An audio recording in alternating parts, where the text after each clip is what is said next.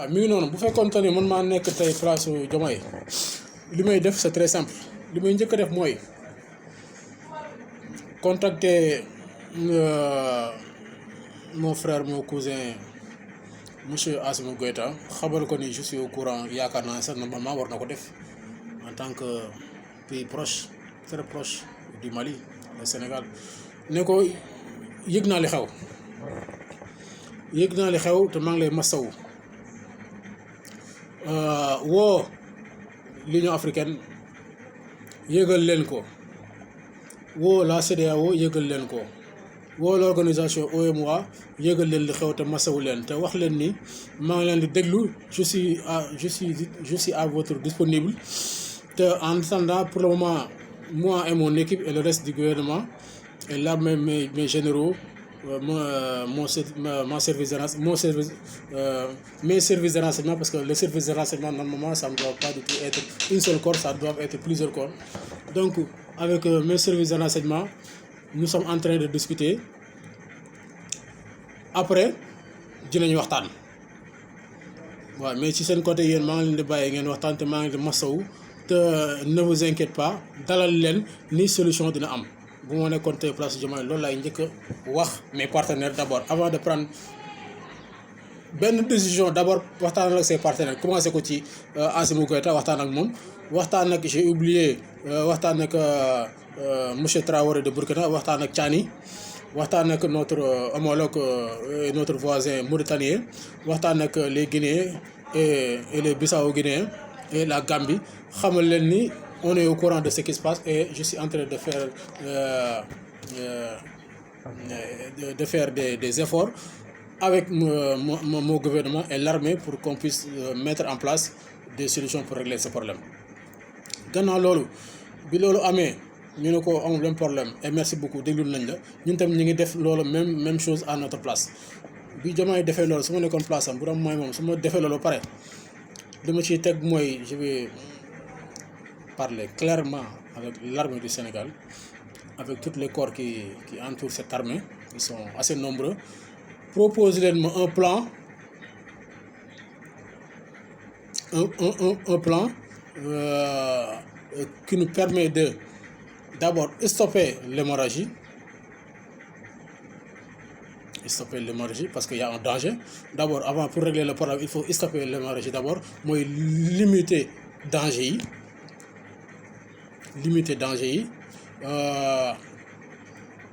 wax leen ni après ça wax l'armée du Sénégal ils n'ont qu'à te proposer un plan de riposte si je peux l'expliquer ainsi. Je peux l'expliquer d'autres manières mais le mot m'échappe. Voilà, un plan d'intervention, c'est ça que je voulais, ce mot-là que je voulais utiliser. Mot boobu laa bëggoon a utiliser mooy wax ak sa armée su doon mooy bu ma nekkoon place Diomaye damay wax sama armée et def leen lépp pour mettre en place un plan d'intervention. Et ce plan d'intervention sera un plan sous l'ONU et sous l'Union africaine et sous le CEDEAO et sous l'UEMOA. Bu fekkente ni déggoo nañ ci du yomb parce que la relation avec le Sahel et ces institutions-là ne sont pas du tout au beau fixe. Relation au Mali, Burkina, Niger, Tchad ak CEDEAO ak tubaab bi kenn ku nekk xam na li ci ne pour le moment. Donc am un plan d'intervention am ndimbalu ñooñu da ciy baax mais pour ñu déggoo ci du yomb parce que seen diggante neexagul. bu doon mooy bu ma yoroon nekkoon place Diomaye loolu laa njëkk a def bi loolu amee mooy leen armée du Sénégal et tous les corps qui fait partie de cette armée préparer leen ma un plan pour stopper l'hémorragie. Après ça un plan d'intervention pour régler ce problème d'une façon définitive. Bi loolu amee ma delluwaat woowaat samay partenaires des pays qui sont dans cette sous-région woowaat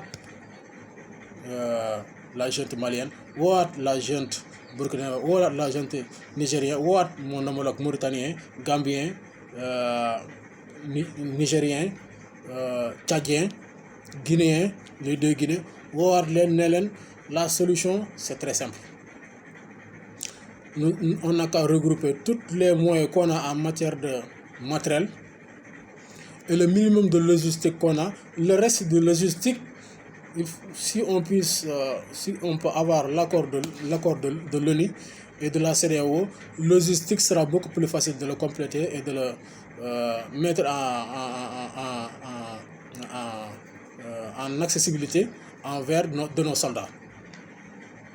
Fexe ba dugal loolu ci bopp réew yi nga xam ne ñoo nekk ci sous-région te am ak problème ak les autres pays européens et la CEDEAO.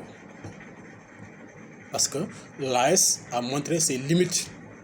Il a montré ses limites d'une façon lamentable et il faut l'accepter. C'est dur, c'est difficile, mais il faut l'accepter parce que c'est la réalité qui est ainsi, c'est la vie qui est ainsi. Ils ont essayé avec l'AES, on a vu que l'AES, il ne peut même pas arrêter ces gens-là qui se déplacent sur les deux roues pour essayer de mettre à mal le ravitaillement quotidien de ces pays-là. L'essence, le gasoil et le reste. Vous voyez, donc bi ma waxtaan ak loolu samay homologues samay partenaires des pays voisins ba mu leer, ça sera très compliqué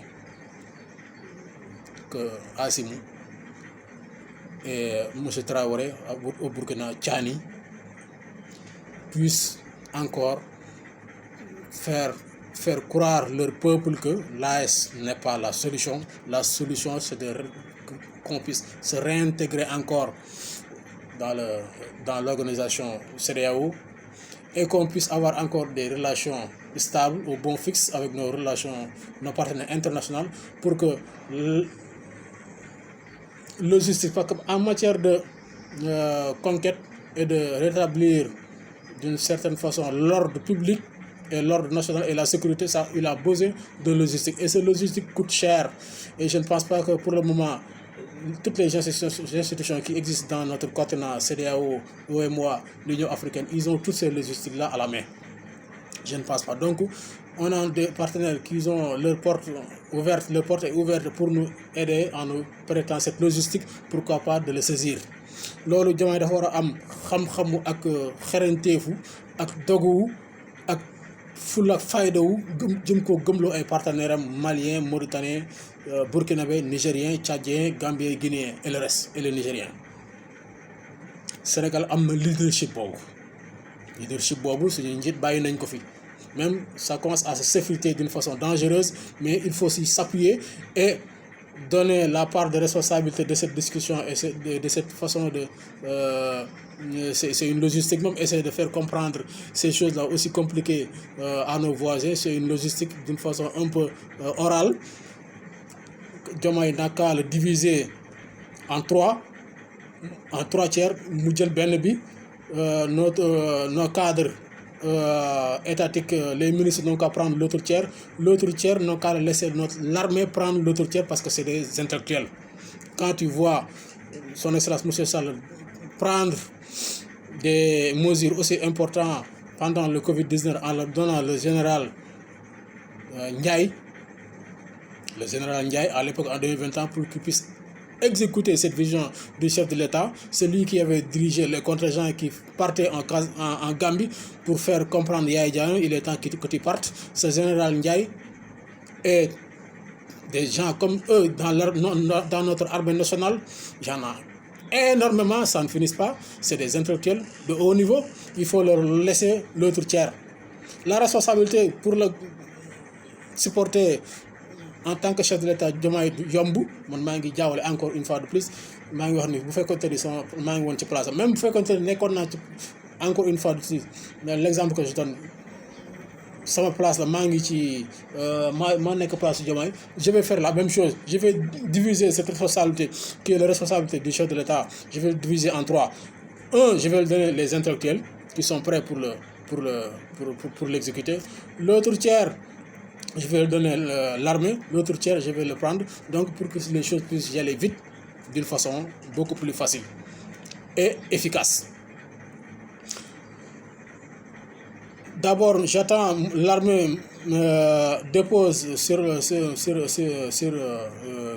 mon table un plan, un plan de riposte et un plan d'intervention au Mali, au Burkina, au Niger, en cas et quand il le faut, avec l'Union africaine et le CEDEAO, et l'aide de nos amis internationaux en matière de logistique. Ça ne sera pas facile, mais buñ ko waxtaanee lu mën a nekk la.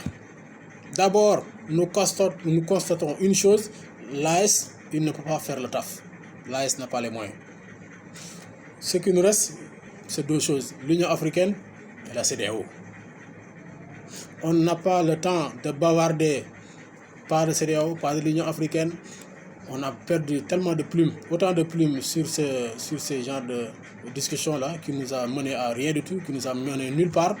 Donc on va en discuter après. On n'a pas dit que tout de suite Mali va intégrer encore le CEDEAO et le Niger et le Burkina. Tout de suite, non, on n'a pas le temps parce qu'il y a le danger qui est sous nos portes. On doit essayer de trouver des plans de riposte et des plans d'intervention pour arrêter l'hémorragie et régler ce problème d'une façon définitive. Après, on va discuter la réintégration du Mali et du CEDEAO et du Burkina et du Niger. Après, c'est eux qui choisissent. Mais d'abord, ce qui nous intéresse, c'est la sécurité du Mali et son stabilité concerne directement le Sénégal. Et ça, les Sénégalais doivent le savoir. Le chef de l'État du Sénégal doit le savoir. Diomaye et le reste de son gouvernement doivent le savoir.